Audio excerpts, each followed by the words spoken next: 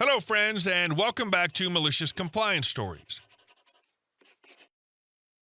Today's story starts in the wine aisle, but not the one our OP works in. Nope, this one's set in a chain grocery store where a quick check on the competition turned into an accidental episode of Retail Confusion Celebrity Edition.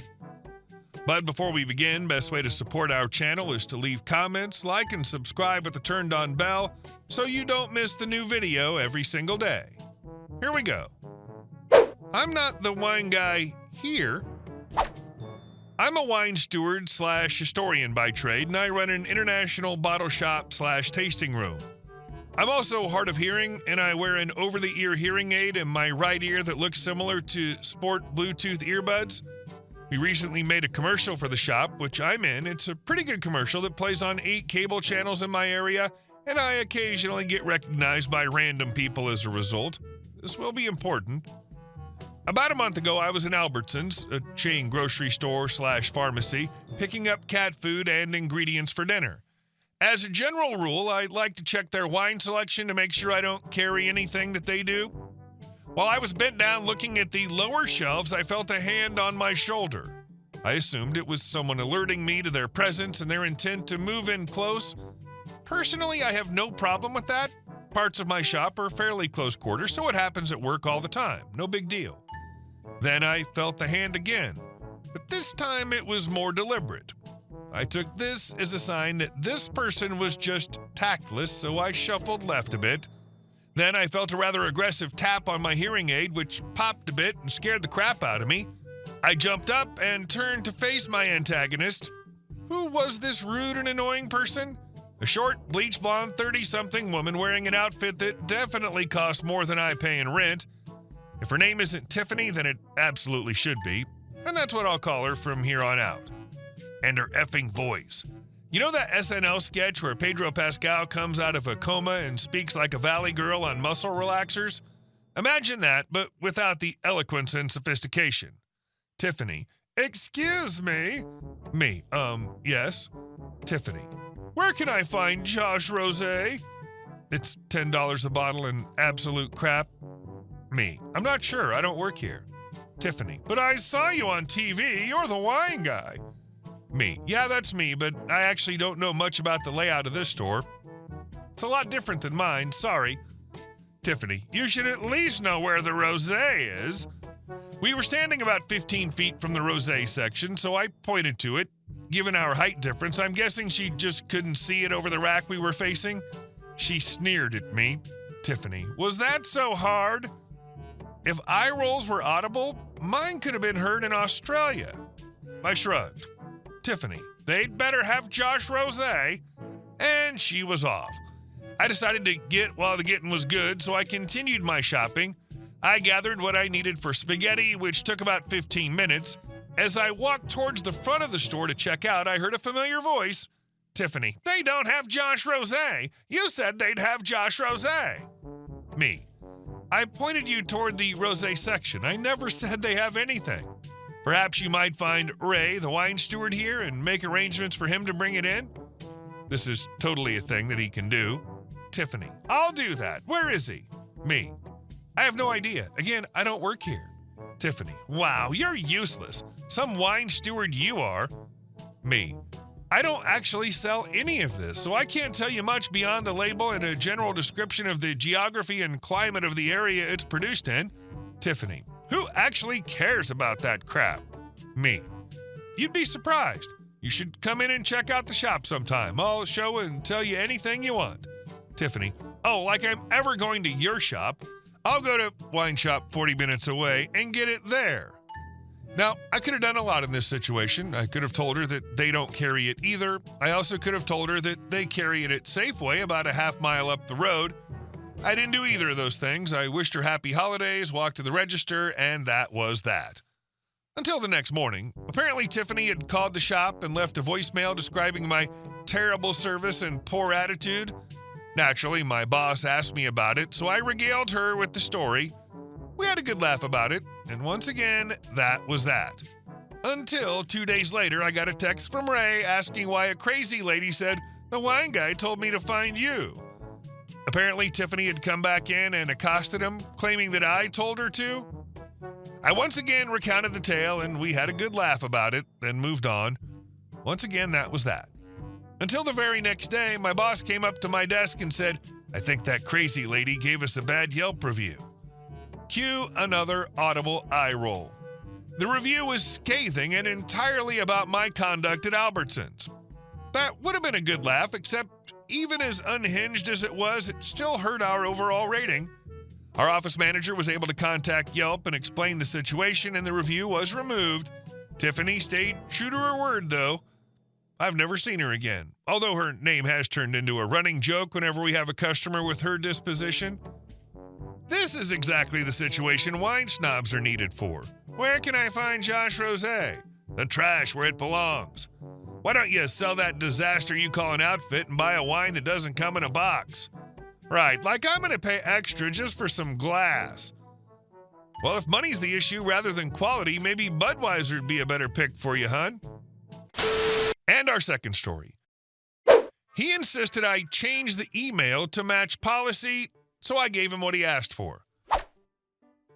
At my first job decades ago as the junior employee on the IT staff for a school, I was in charge of setting up email addresses for new teachers. The district had Microsoft Exchange for email, and the education policy was that all teacher email addresses would follow the same format. First initial, then last name, unless we had another teacher of the same name, which never happened because we only had 400 teachers in the district.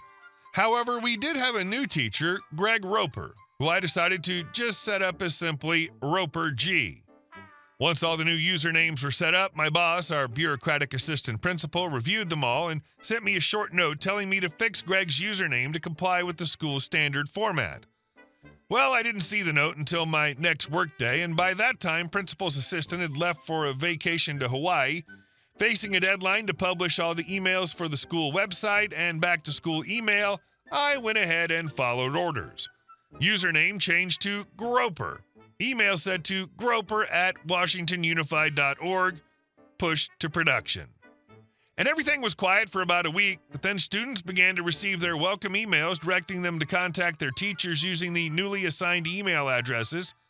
Next thing I knew, I got an urgent, slightly flustered call from the principal himself. I printed off that email directive from the assistant principal and went up to the principal's office, where I found both of them sitting side by side.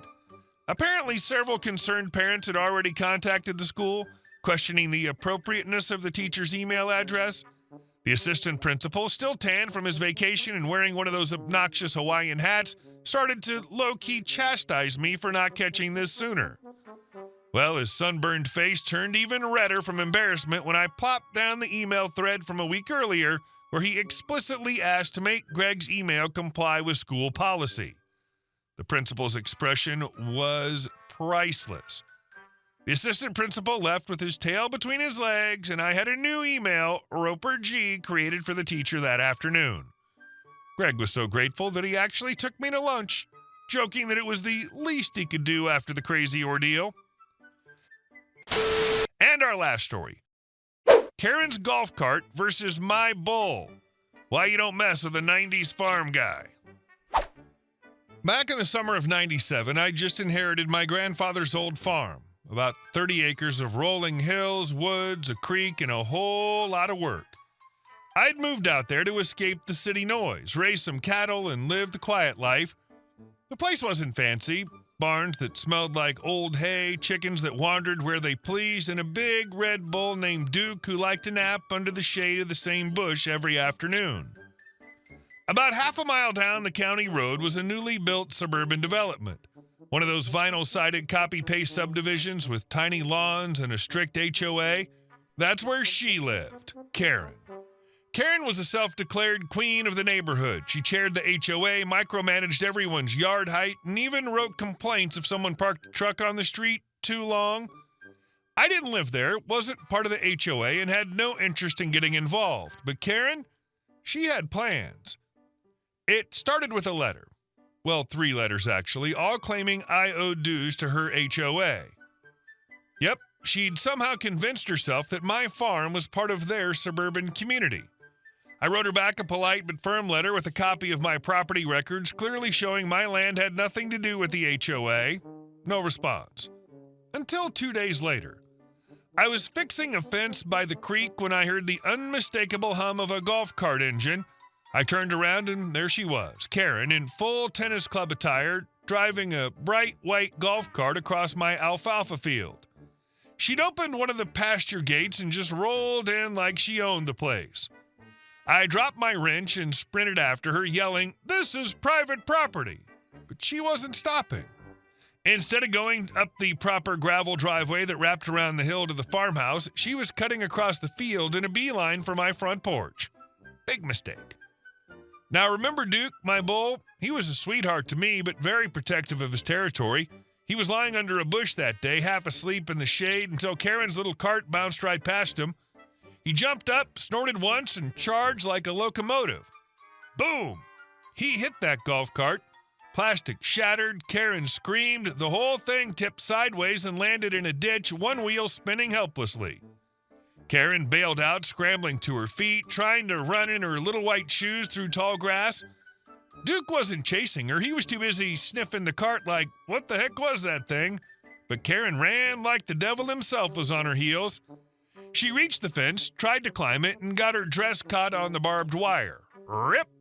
Tore a clean strip down the back. She screamed again, finally tumbled over the other side and limped back toward her neighborhood. 10 minutes later, the sheriff's deputy arrived. Karen was waiting near the edge of my property with her arms crossed, demanding I be arrested because his bull attacked me. The deputy listened to her, nodded, then came to talk to me. I explained everything, showed him the property boundaries, the letters, and the broken fence gate. He walked over to the cart wreck, inspected the damage, and whistled. Phew. Well, he said, looks like you've got yourself a trespasser with a talent for ticking off bulls. Karen got slapped with a citation for illegal entry, property damage, and, this one made me laugh, reckless endangerment of livestock. Apparently, disturbing a bull on private farmland was a county offense. After that, Karen stopped bothering me. No more letters, no more carts, no more surprise visits. Later, I heard she started going after one of her actual neighbors, an older couple with a patriotic mailbox she didn't like. That time, she got publicly shamed at the HOA meeting when 10 families stood up and told her to stop weaponizing rules. 3 months later, a for sale sign went up in her yard. The farm's still quiet, still peaceful. Duke's long gone now, but his legacy lives on, and everyone in the area still calls that field Karen's Curve. I love how Karen fully committed to the delusion that your property somehow fell under her HOA dictatorship. Like, ma'am, you're on a cow pasture, not a cul-de-sac court.